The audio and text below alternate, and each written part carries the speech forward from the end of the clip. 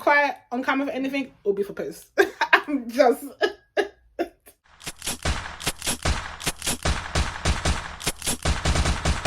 Ladies, I want to see you back it up, back it up, back it up, back it up.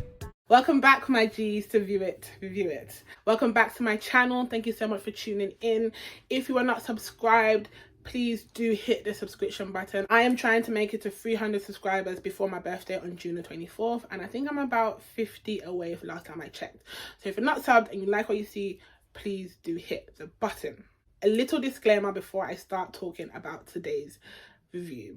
Me and my best friend made this deal that we would never cry on camera. It's not something that we want to put out there. Even if we are talking about something and tears come, once we have to edit it, we'll edit it out. But today's show, Pose, if I cry on camera for anything, it'll be for Pose. I'm just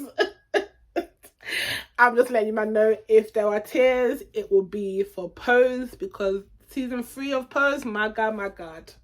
When I say emotions were emotioning, like tears were tearing, honey, if you've seen season 3 of Pose, you will know what I'm talking about, because this season, oh my God, they really went to tug at the heartstrings this season. And as much as I'm going to miss it, I understand why they decided this to be the final season and why they ended it the way they did. Today's review is mainly going to be about season 3, so I'm not really going to touch too much on season 1 and 2.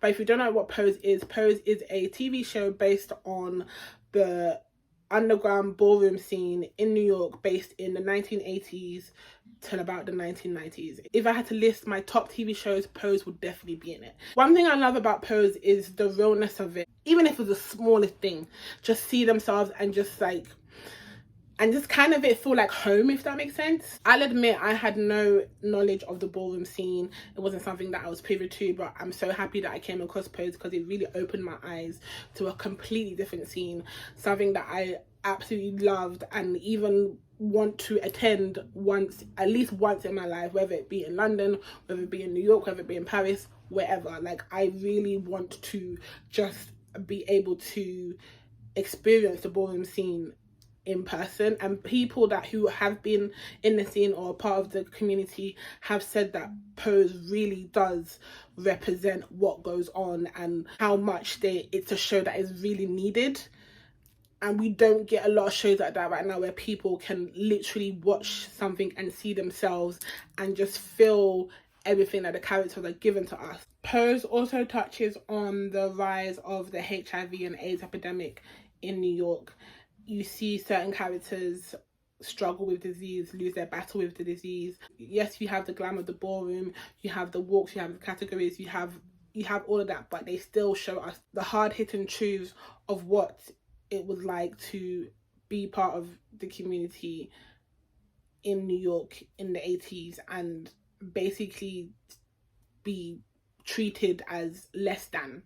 I love how they brought certain things to light and how they dealt with certain topics, whether it was dealing with family relationships, romantic relationships, work, sexuality, gender identity, sexual health, religion. Like, there's just so many things that they touched on, and I just feel like they did it so well. They did it with great care, with great love. I know I'm not the only one who felt this way, and I'm not the only one who felt like Pose was really a show that was needed in life. As much as, yes, they showed, things that they struggled with, it's also nice to just see queer relationships just be. When there is a LGBT storyline, it's always met with struggle or secrecy or taboo, but with Pose, they're just themselves. Like, yes, they go through struggles of not being accepted through other people. They literally created a space for themselves where they can just love themselves, where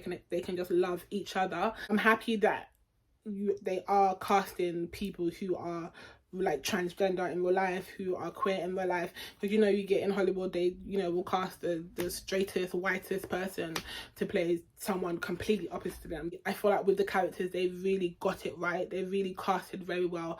My favorite characters are Pappy has been one of my favorites. I love how Pappy just loves. You gotta be tough to love who you want when the whole world tells you something's wrong with you. And There is no way I could love Angel right without y'all showing me the way and accepting me. I love how Pappy is just himself. I love how he loves Angel. Pappy and Angel's relationship, their love for each other, it was just like, it's one of those heartbreakingly beautiful loves. And I'm just so happy we got to see their relationship blossom to where it was. I don't want to give too much away if you haven't seen it. I also loved Electra. Electra, you grow to love. At first she's a bit of a bitch, but you grow to love her and you understand her past history and where she's come from and how she got to where she got to. One thing that Electra needs to win an award on is reading people.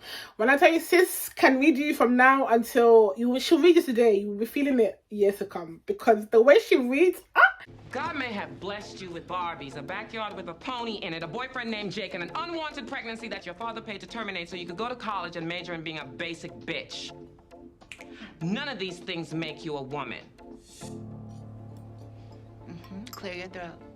Lubricate. And read that bitch. it just rolls off the tongue like you can't even say Pim. You cannot say Pim. When Mother Electra is reading you, darling, just hold your lip. She does what she does to get where she knows she deserves to be. She still helps people along her way. She still helps the community. She still helps her family, her friends, her loved ones. Like, she is a definition of a boss. And I'm so happy that she got to live the life that she feels that she deserves. She's coy. Mother Blanca. I love the woman who plays Blanca, MJ Rodriguez. I feel like she's a very good actress. I think they casted her very, like, it was a perfect casting. Just seeing the development of her character from season 1 to season 3, her fashion has definitely improved, honey, and I'm happy that we got to see the evolution of her fashion sense as well as her just finding her place in life, from accepting herself and her relationships and her children that she adopted in the community, in the scene. Angel is breathtakingly beautiful. We saw that she struggled with a few things, but I'm happy that she found her way and she found her purpose and her person and her place in life. Pray tell. Now this might be where I cry on camera. I'm not going to do it. All right, I'm gonna go cry. Pray tell, who's played by Billy Porter. This is not really a spoiler alert because Billy Porter himself has come out and spoke about this in an interview. Pray tell's character has been diagnosed with HIV, and we learned a few weeks ago that Billy Porter has also been living with HIV for the past 14 years. In season 3, you see his deterioration of his health, and just him accepting certain things from his past and certain relationships. I commend Billy Porter as a person. It's not anyone's business about his health. He felt the need to share, and I commend him and respect him highly for doing so.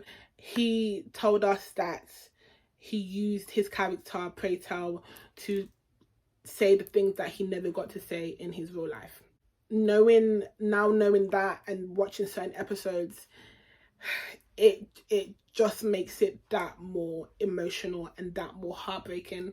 I'm trying not to cry because, baby, if you haven't seen season 3, Pray Tell story, you're gonna shed tears, honey. You are going to shed tears because the last two episodes, I cried, though.